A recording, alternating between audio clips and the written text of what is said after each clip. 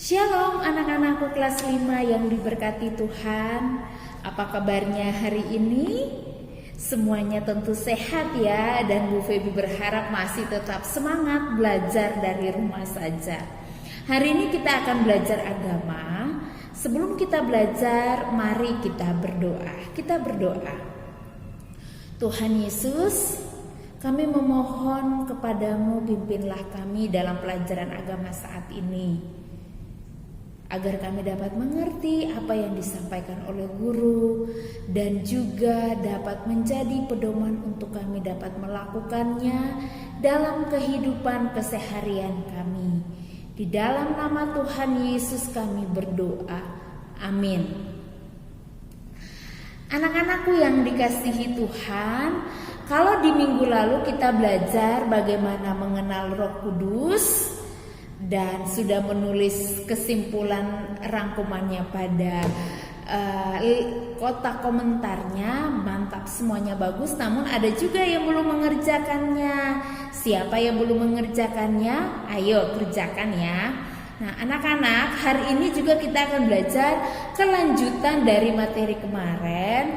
Kalau kemarin mengenal Roh Kudus, hari ini kita akan memahami, kita akan belajar tentang peran Roh Kudus dalam kehidupan orang percaya. Mari buka di buku halaman 71. Halaman 71. Ayo dibuka buku halaman 71. Halaman 71 bab 11. Bab 11 tentang peran Roh Kudus. Peran Roh Kudus dalam bab 11 ini kita akan melihat ada 4 peran utama Roh Kudus dalam kehidupan orang percaya. 4 diantaranya adalah yang pertama, untuk menyadari manusia akan dosanya.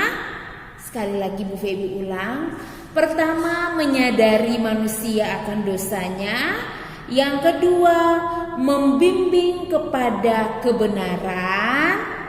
Yang ketiga, membimbing untuk bertobat. Dan yang keempat adalah membantu dalam berdoa. Kita akan lihat satu-satu. Yang pertama, menyadari dosa. Contoh sederhana ketika anak-anak pas melakukan ulangan, terus kebetulan gurunya nggak ada nih. Aduh, saya udah nggak bisa jawab soal ini, gimana caranya ya kalau saya nggak bisa jawab soalnya. Lalu punya keinginan untuk menyontek. Nah, Roh Kudus akan berperan untuk menyadarkan anak-anak. Jangan. Seperti dalam hati mengatakan bahwa jangan lakukan itu, itu dosa. Nah, terus kita masih aja melawan untuk melakukan itu, berarti kita udah melawan Roh Kudus. Namun ketika kita tidak mau melakukannya, tidak mau menyontek, berarti di situ peran Roh Kudus adalah untuk menyadari kepada kita bahwa itu salah, itu dosa. Seperti halnya juga ketika anak-anak lihat, wah ada duit mama di atas meja tuh, aku mau ambil deh, mau jajan, mau beli permen, mau beli kue. Padahal mamanya nggak tahu kalau kalian sudah mengambil duitnya. Itu berarti kalian tahu bahwa itu dosa. Sebenarnya itu dosa. Roh Kudus menyadari kalian bahwa itu salah. Tapi ketika kalian mau tetap melakukannya, berarti kalian menentang itu. Namun jangan, itu dosa, itu tidak boleh. Berarti itu Roh Kudus yang menyadarkan kita bahwa itu salah. Itu adalah dosa, ya. Kemudian yang berikut, membimbing pada kebenaran. Nah, kita mungkin pernah melakukan dosa, dan Roh Kudus menyadarkan kita bahwa apa yang kita lakukan itu salah dan kita tidak mau lagi melakukannya karena kita sudah menyadari bahwa itu salah. Lalu selanjutnya yang kedua adalah Roh Kudus akan membimbing pada kebenaran. Maksudnya bahwa ketika Roh Kudus akan membimbing kepada kebenaran, yang tadinya kita punya niat untuk menyontek, Roh Kudus akan membimbing kita untuk melakukan yang benar dengan cara belajar dengan sungguh-sungguh supaya tidak menyontek. Karena dengan belajar dengan sungguh-sungguh kita tidak menyontek, berarti itu kita melakukan hal yang benar. Roh Kudus akan menolong kita supaya kita bisa melakukan hal yang benar. Yang ketiga, ini Bu Feby jelaskan secara singkat ya, selebihnya anak-anak bisa lihat dalam buku dan beri tanda, beri garis-garis besarnya ya. Yang ketiga, membimbing untuk bertobat. Ketika kita menyadari dosa kita dan Roh Kudus juga menunjukkan apa yang benar yang harusnya kita lakukan, maka Roh Kudus juga akan membimbing kita untuk bertobat. Tuhan, ampunilah saya. Ajarlah saya untuk melakukan yang benar. Saya mau bertobat. Saya tidak mau melakukannya lagi. Roh Kudus akan menggerakkan hati kita ketika kita sudah menyadari itu salah. Dan sewaktu kita melakukannya, Roh Kudus akan menuntun kita supaya meminta ampun dari Tuhan. Kita mau bertobat. Selalu ada suara-suara dalam hati kita.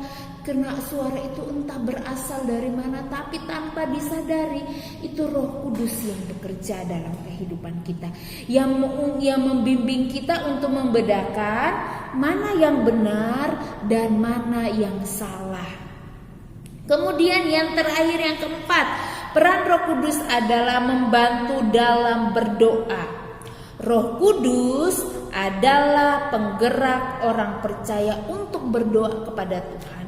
Saat dia malas berdoa, Roh Kudus akan menolong dia. Hei, berdoalah. Saat kita mau makan, sudah mau makan, oh ya saya belum berdoa. Nah, itu Roh Kudus yang mengingatkan kita untuk kita berdoa sebelum makan. Saat kita mau tidur, oh iya saya belum berdoa. Itu Roh Kudus sementara mengingatkan kita bahwa berdoalah sebelum tidur. Kemudian ada hal yang lain bahwa ketika kita tidak tahu bagaimana caranya berdoa, aduh saya mau ngomong apa, gimana caranya ya? Kalau berdoa membaca Alkitab itu bagaimana ya? Kalau berdoa untuk sebelum mulai pelajaran itu bagaimana ya? Anak-anak yang dikasihi Tuhan, ketika kita tidak tahu untuk mengucapkan apa yang mau kita doakan, mintalah sama Roh Kudus. Tuhan tolong saya mau pimpin doa. Saya punya tugas untuk pimpin doa sebelum mulai pelajaran. Tuhan tolong kasih saya hikmat supaya saya bisa berdoa. Roh Kudus akan membantu kita untuk dapat berkata-kata. Kita akan dibimbing oleh Roh Kudus untuk dapat berkata-kata dalam doa. Dalam kita belajar pun kita berdoa supaya apa yang kita pelajari itu kita dapat mengerti. Dan yang membuat kita mengerti itulah Roh Kudus yang bekerja. Roh Kudus memiliki peran yang sangat besar dalam kehidupan orang percaya.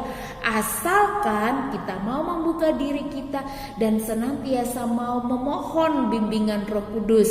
Roh Kudus akan menuntun kita untuk membedakan mana yang baik dan mana yang tidak baik. Roh Kudus akan membimbing kita untuk melakukan hal yang benar. Nah, berikut ini ada tugas dalam tabel halaman 75. Halaman 75 di situ ada tabel. Silakan isi, ini kelompok tapi buatlah pribadi ya, karena ini masing-masing kita nggak ketemu untuk berkelompok. Misalnya contoh di situ bangun tidur waktunya pagi, isi doanya apa? Bersyukur sebab telah bangun, dengan tubuh bersyukur atas hari yang baru, keterangannya berdoa pribadi. Atau juga mungkin ada yang doa keluarga, silakan tulis di keterangannya doa keluarga. Selain bangun tidur apalagi? Misalnya mau belajar, isi doanya apa? Terus mau makan, isi doanya apa? Waktu di situ, waktu peristiwa atau kejadian, misalnya di sini bangun tidur, kemudian mau belajar, mau makan, kemudian malam sewaktu tidur juga.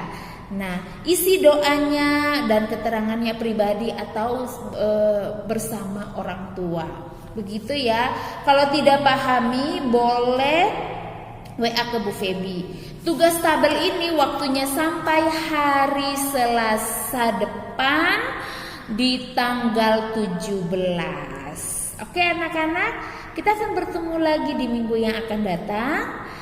Tetap jaga kesehatannya, jangan lupa selesai mengerjakan tugas berdoa. Terima kasih anak-anakku yang dikasihi Tuhan. Sampai berjumpa kembali. Tuhan Yesus memberkati. Dadah.